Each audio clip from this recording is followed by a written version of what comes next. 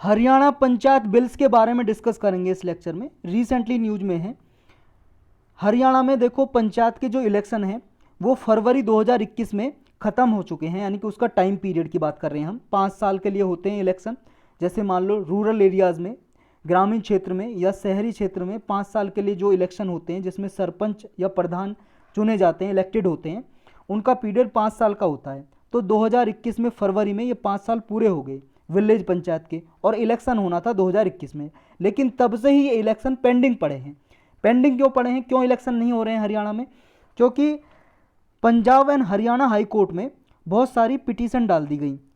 Petition डाली किसके against? Haryana state government ने कुछ अमेंडमेंट किए थे। अमेंडमेंट मतलब संशोधन किए थे। हरियाणा पंचायती राज सेकंड अमेंडमेंट एक्ट 2020 ये पास किया हरियाणा गवर्नमेंट ने। इस एक्ट के अगेंस्ट, इसके ही विरोध में हाई कोर्ट में चले गए हरियाणा के कुछ लोग, पिटीशन डाल दी, याचिका डाल दी इनके अगेंस्ट, जो ये संशोधन किए थे, सुधार किए थे, अमेंडमेंट किए थे, इनके अगेंस्ट। अब ये हाई कोर्ट इन पे फैसला जब सुनाएगा तब जाके इलेक्शन होंगे। तो ये क्या है अमेंडमेंट, ये एक्ट क्या है, इसकी हम सारी प्रोविज़न डिस्कस करेंगे, मेजर प्रोविज़न। जो ये अमेंडमेंट है, ये देखो कुछ हैं बैकवर्ड क्लास जो हैं, बैकवर्ड कास्ट या क्लास, उनको रिजर्वेशन देने के मामले में हैं। कुछ वुमेन्स को पंचायत में रिजर्वेशन के रिगार्डिंग ये कुछ अमेंडमेंट किए थे, संशोधन किए थे। तो ये क्या है, पहले इशू जानते हैं और फिर इनके बारे में जानेंगे। ये जो प्रोविज़न है इस एक्ट में, अमेंडमेंट एक्ट में 2020 के में, वो क्या है। इशू तो ये है, मतलब प्रॉब्लम, समस्या ये है, पिटिशनर जिन्होंने पिटीशन डाली कोर्ट में, उनका कहना ये है जो ये अमेंडमेंट किए हैं इस एक्ट के जरिए, ये आर्बिट्ररी हैं, मनमर्जी के हैं, अनरीजनेबल हैं, इलीगल है, अवैध है। मतलब पिटिशनर का ये कहना है, पिटीशन जो डाली है, जो हरियाणा पंचायती राज एक्ट है 1994 का, इसी में ही अमेंडमेंट किया है हरियाणा गवर्नमेंट ने 2020 में। तो ये हरियाणा पंचायती राज एक्ट है 1994 का, ये कहता है ये एक्ट, अगर पॉपुलेशन किसी गांव में हाफ है शेड्यूल कास्ट की, तो 50% सीटें पंचायती एरिया के लिए वो एससी कैटेगरी द्वारा ही फील्ड की जाएंगी, और वो स्पेसिफिकली रिजर्व रहेंगी किसके लिए? एससी कैटेगरी के लिए, शेड्यूल कास्ट के लिए, अनुसूचित जाति के लिए। लेकिन जो ये एक्ट है 2020 का, इसमें कुछ अमेंडमेंट किए गए। वो अमेंडमेंट क्या है, प्रोविजन, वो जान लेते हैं। हरियाणा पंचायती राज सेकंड अमेंडमेंट एक्ट 2020, इसमें पहला तो ये किया गया, जो बहुत अच्छी बात है, देखो, right to recall member. Recall का मतलब है वापस लेना। जैसे मान लो एक गांव है, विलेज है, रूरल एरियाज है, इस गांव में, विलेज में इलेक्शन हुए, सरपंच इलेक्टेड हुए, चुने गए, कुछ मेंबर भी, सरपंच के साथ साथ कुछ मेंबर भी इलेक्ट होते हैं, सरपंच और पंच। क्योंकि विलेज में, जैसे मान लो बहुत बड़ा विलेज है, उसमें वार्ड बांट देते हैं। मान लो ये विलेज है, 4 वार्ड में बांट दिया, छोटे छोटे 4 एरिया, इसमें एक पंच होगा हर एक एरिया में, और पूरे गांव को एक सरपंच होगा या प्रधान होगा। तो ये सरपंच को इलेक्ट किया गया, तो इसके लिए राइट टू रिकॉल का ऑप्शन दिया गया मेंबर को भी, और जो पंच है, सरपंच है, सबको हटाने का। राइट टू रिकॉल का मतलब, अगर मान लो वो सही से परफॉर्म नहीं कर रहे, अपनी ड्यूटी सही से नहीं निभा रहे, पंच या सरपंच सही से काम नहीं कर रहे विलेज में, जो विलेज के लिए, गांव के लिए पैसा जा रहा है, उस पैसे को गांव के विकास के लिए खर्च नहीं कर रहे, ऐसा गांव वालों को लग रहा है, तो उसको हटा सकते हैं। हटाने का प्रोसीजर जानेंगे, हटाने का प्रोसीजर क्या है। दूसरी प्रोसीजर, मतलब प्रोविज़न इसमें यह है, 50% रिजर्वेशन दी गई इसमें महिलाओं को रूरल बॉडीज़ में। यानी कि जैसे मान लो किसी हरियाणा की कोई डिस्ट्रिक्ट है, उस डिस्ट्रिक्ट में मान लो 100 गांव हैं, तो 100 गांव में 50% रिजर्वेशन वुमन के लिए रहेंगी सीट, सरपंच की, पंच की, हर एक लेवल पे।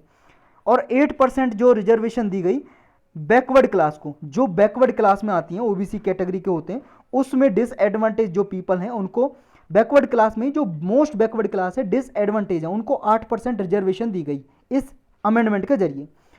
जो रिकॉल है, रिकॉल का ऑप्शन दिया गया, सरपंच या मेंबर हैं जो पंच हैं उनको हटाने के लिए, ब्लॉक लेवल पे भी, रूरल लेवल पे भी, गांव एरिया पे, ब्लॉक लेवल पे जो पंचायत समिति होती है उसके मेंबर को भी हटाया जा सकता है, डिस्ट्रिक्ट लेवल पे जो जिला पार्षद होता है उसको भी हटाया जा सकता है, if they fail to perform, अगर वो अपनी ड्यूटी सही से नहीं निभा रहे हैं, अपना काम सही से नहीं कर रहे हैं, ऐसा प्रतीत हो रहा है, वो जो भी पैसा आ रहा है डिस्ट्रिक्ट को, समिति को, ब्लॉक लेवल पे समिति को, या रूरल एरियाज़ में गाँव में डेवलप करने के लिए, उस पैसे को वो गांव के विकास के लिए खर्च नहीं कर रहे हैं, ऐसा लोगों को लग रहा है, तो वो हटा सकते हैं। प्रोसीजर क्या है ये रिकॉल का? रिकॉल का मतलब हटाना, यहाँ पे हटाना। रिकॉल का मतलब किसी को याद करना भी होता है और हटाना भी होता है।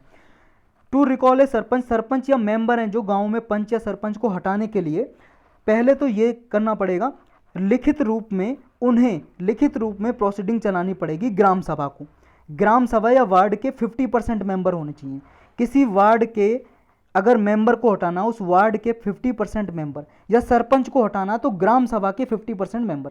और ग्राम सभा में कौन आता है ये आपको पता होना चाहिए। ग्राम सभा में आता है किसी गांव के, विलेज के ऐसे आदमी या औरत जो 18 साल के हैं, कोई भी लड़का लड़की 18 साल का और जिसकी वोट बनी हुई है, जिसे वोट देने का अधिकार है, वो सब ग्राम सभा में आएंगे। यानी कि जो वोट कर सकते हैं वो सब ग्राम सभा में आएंगे।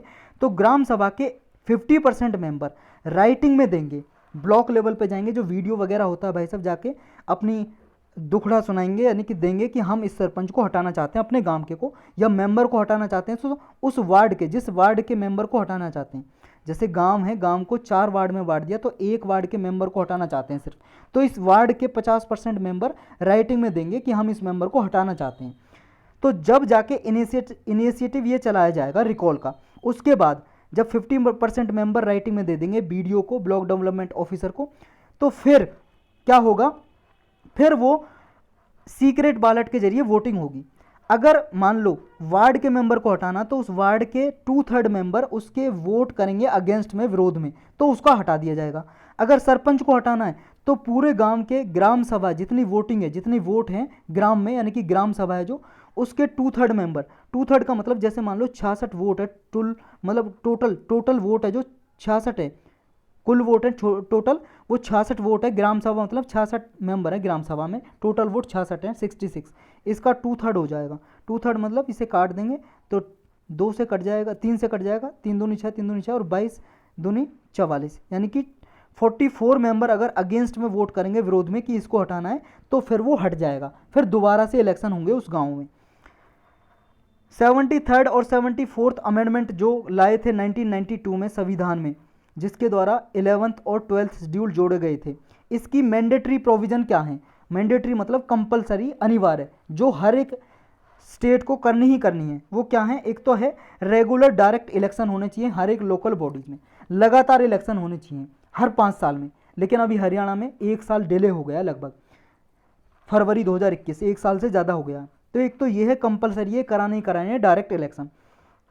नेक्स्ट कंपलसरी यानी कि मैंडेटरी प्रोविजन ये है, स्टेट लेवल पे स्टेट लेवल इलेक्शन कमीशन बनाया जाएगा, फाइनेंस कमीशन बनाया जाएगा स्टेट लेवल पे। एक मैंडेटरी प्रोविजन ये है, दलित के लिए एससी कैटेगरी यानी कि शेड्यूल कास्ट, अनुसूचित जाति और आदिवासी, शेड्यूल ट्राइब, एसटी कैटेगरी, अनुसूचित जनजाति, इनके लिए लोकल बॉडीज में सीट रिजर्व रहेंगी इनकी पॉपुलेशन के हिसाब से, यानी कि जितनी इनकी पॉपुलेशन है पॉपुलेशन के हिसाब से इनके लिए सीट रिजर्व करेगा, स्टेट गवर्नमेंट करेगी रिजर्व। और 33% 1/3 सीट रिजर्व रहेंगी वुमेन के लिए, महिलाओं के लिए, हर एक लेवल पे, चाहे विलेज लेवल पे हो इलेक्शन होते हैं, चाहे समिति पे, ब्लॉक समिति लेवल पे, ब्लॉक लेवल पे, चाहे डिस्ट्रिक्ट लेवल पे जिला पार्षद के होते हैं, 33% वुमेन के लिए रिजर्व होंगी। और एक डिस्ट्रिक्ट प्लानिंग कमेटी बनाएंगे हर एक स्टेट में, हर एक डिस्ट्रिक्ट में, उसमें रूरल और अर्बन बॉडीज़ के लिए प्लान कंसोलिडेट करेगी, प्लान बनाएगी डिस्ट्रिक्ट प्लानिंग कमेटी। तो यही था इस लेक्चर में।